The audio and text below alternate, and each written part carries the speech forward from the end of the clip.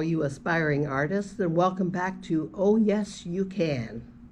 Last time we were together, we talked about what we could do with pencil and paper, and we had a lot of fun with using the pencil, showing you how to get the best results with your pencil. And we developed the grayscale, and we did some things with circles and various shapes. As you can see, I kind of like to do that myself.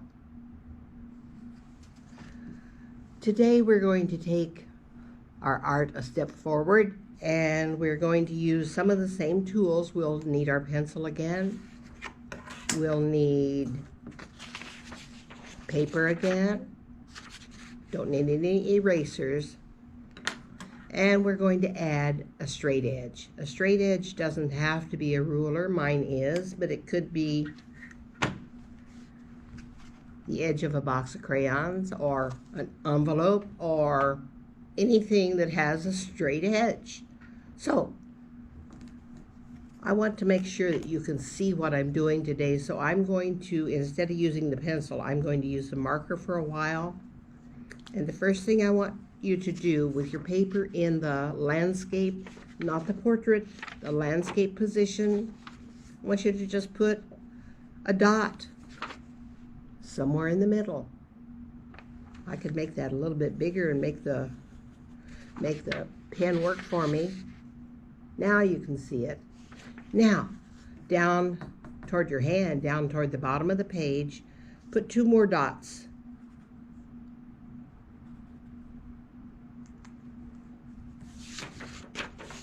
Just like that. Now, with your straight edge, let's do a dot to dot. Let's connect the top 1 dot with one of the lower dots with a straight line using the straight edge. That sounds like a really highly thought out sentence, didn't it? Okay, center dot, other small dot, another line down, and we have this. As you know, when we look at things in the distance, they appear to change in size. They don't really, we know that intellectually, but they do trick our eyes, an optical illusion, if you will, that they become smaller as they get further away. Think about a railroad track. Down here, the ties of the railroad track are larger, closer together, not closer together, larger, spread apart is what I intended to say. And as we move further down the railroad track, they get closer together and lighter in color, I should say. So let's do that. I'm going to have to change to my pencil for a minute to make this work because my marker is only going to give me 1 density of color. So I'm going to draw a line. I'm putting my straight edge right on the bottom of the paper so that my line across will be horizontal, just like that. I'm going to put this a little closer to the camera and hope you can see it.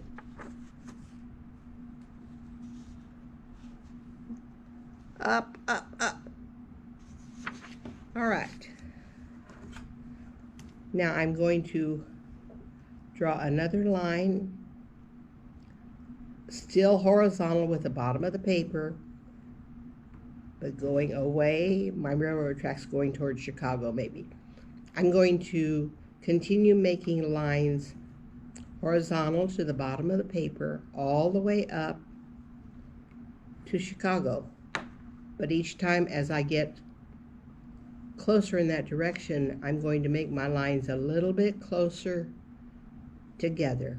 Be sure that you keep them horizontal, otherwise our railroad tracks are going to wiggle off where the train really doesn't want to go. Okay, I need to make mine closer together.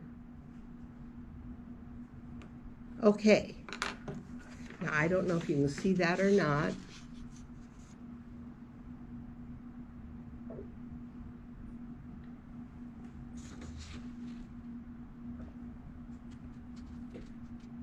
I'm having trouble getting it where it needs to be so that you can see. Now I'm going to go back with my marker just so you can see what I have done.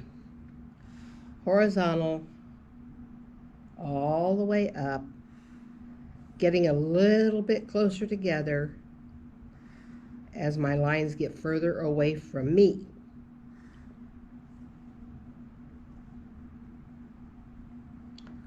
It's easy to let the straight edge go crooked, and I just did that a little bit. So let's be sure that we are continuing horizontally up the railroad tracks.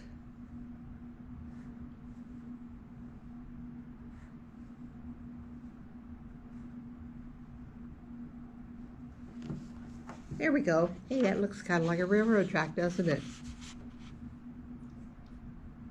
We did it. Now, if we were going to continue this and make it a finished drawing, we might want to make the railroad tracks have some dimension like this. We would give them a second layer above and below and do some shading so that it looks as if the sunlight is hitting our railroad track from this direction, back to the marking pen so you can see, back to the, if I don't shade on the top side of that railroad tie, it looks as if the sunlight is hitting it. If I shade on the side closest to me, then obviously that's in the shadow, and I've made it look that way, and we could continue all the way up the page doing that same kind of thing. Okay, we've put it in perspective. We have a vanishing point. I'm giving you some art words now. A vanishing point. And then we have made our structure appear to disappear. That was funny. Appear to disappear as it gets further away from us. Let's try another one just for fun. On the back of that paper or on another paper, whichever you have, horizontal position, not whoops, I better slow down, I'm talking wrong. Horizontal, not landscape. Still said it wrong. Anyhow, okay, for this time, let's put a dot kind of over to the right side on our paper. And 2 dots over more toward the left corner of the paper. So that we've got this going on now. Now let's do the same thing with our straight edge up to the vanishing point down to the other near point. Now we have something going off at an angle in our picture. And we're going to, I guess we'll just make this another railroad just for fun. We're going to put our railroad ties in it again. Believe it or not, they still are horizontal to the bottom of the paper. I can't tell you the physics reasons why, but it's true. If you draw your horizontal railroad ties just like we did before, horizontal to the bottom of the paper,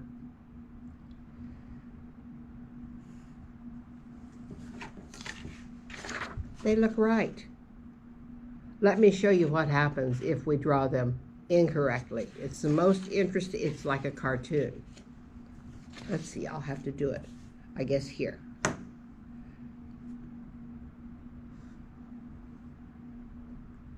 Looks like one of those, the house that Jack built or something, everything goes crookedy, and it just doesn't make sense when we do it that way. So forget I did those, pretend they're not there. I can't erase them because I don't have an eraser, but I can color them in. And now you can't see my mistakes quite the same way. Because I want us to do one more thing with our railroad tracks.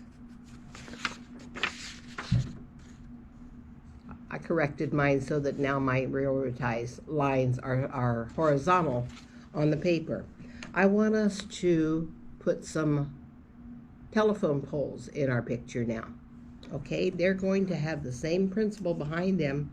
We're going to start at the vanishing point and draw another line on our paper. This is just a guideline for us because now our light posts can fit in between, because they're going to get shorter as they go away, just like the railroad track ties look smaller as they go away. So I need to point out that this needs to be parallel to the sides of our paper. So we've got our telephone poles coming down the page like this, and I'm not going to do the whole thing and make you wait for me. I'm just going to jump down here and show you that they're taller, fatter, further apart, and you can see that I started going crooked with my straight edge just a little bit. Be careful that that doesn't happen to you. Okay. Now we have taller ones here, further apart, smaller, and if we were coloring today, these would be lighter in color as they get further away too. Okay, let's do one more thing with that idea today. What I've got for another paper here. Oh, I'll use this one. Let's put our dot kind of over to the right again. And let's put our two dots on the left corner again. We're just doing the same thing we just did with the railroad track and the light posts. Now we're going to connect our vanishing point with the two lower points like so. We're just doing exactly what we did before. Now we're going to add one more line.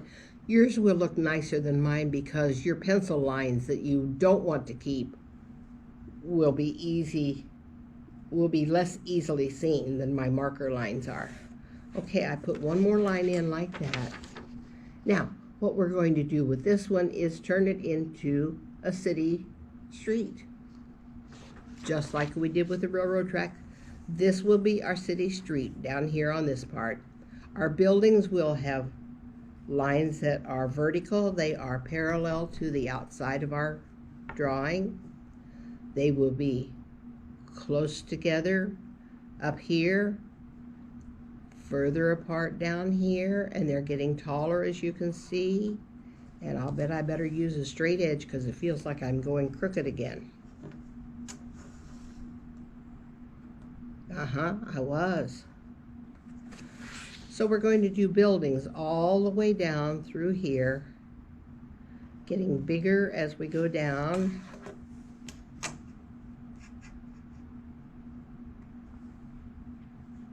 Well, I really got crooked. Shame on me for not using the straight edge all the way. Now those don't look very interesting, so let's make this one a little bit taller back here with a roof on it. And this one can be a little shorter. And then this one's going to be a little taller. Can you notice that what I'm doing is making these lines for the roof go the opposite direction, the opposite slant? I'm going to make this one taller just because I want to, just for contrast, and we'll put this kind of a roof on it, I guess. And then of course we'll need a little bit of a side to it. The side's going to be a line back in this direction.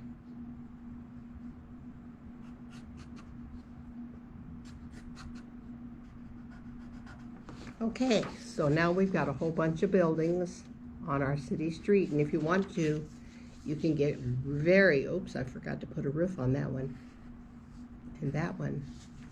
Now the other thing I wanted you to do today was to think about where your light source is in your picture. If your sunlight is coming from over here,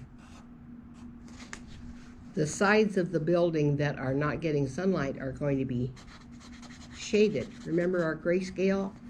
Use your side of your pencil and make these a little, maybe not as dark as mine is, but a little darker so that they're in the shadowed side of the building. You can now put some cars in your picture, bigger where they're close to you, smaller where they're far away. They need to be going at the same angle toward the vanishing point as your road is going. Okay? That's what you can play with until the next time we're together. But next time we're together, I want you to add a little bit to our repertoire. We're going to add some color just for fun. And we can use whatever you have. I think that Miss Yvette's going to be getting some colored pencils available at the second floor of the library. So colored pencils are going to work. Crayons will work. Oil pastels will work. Have you ever heard of oil pastels? They're fun. They're like an oily, much oilier version of a crayon. And they do wonderful things when you want to layer colors, which is what we're going to be doing next time. So, in addition to your pencil and paper, you'll need one of these, either the oil pastels or the crayons or the colored pencils. Let's see, you need the paper, your pencil. Oh, and you need something to draw around, like we did the very first time, some kind of a template to make circles. Actually, I'll tell you the secret. We're going to be doing Christmas ornaments, and so if you want to have some different size templates to draw around to make our Christmas ornaments, that would be perfect. I'll see you again soon. Bye-bye.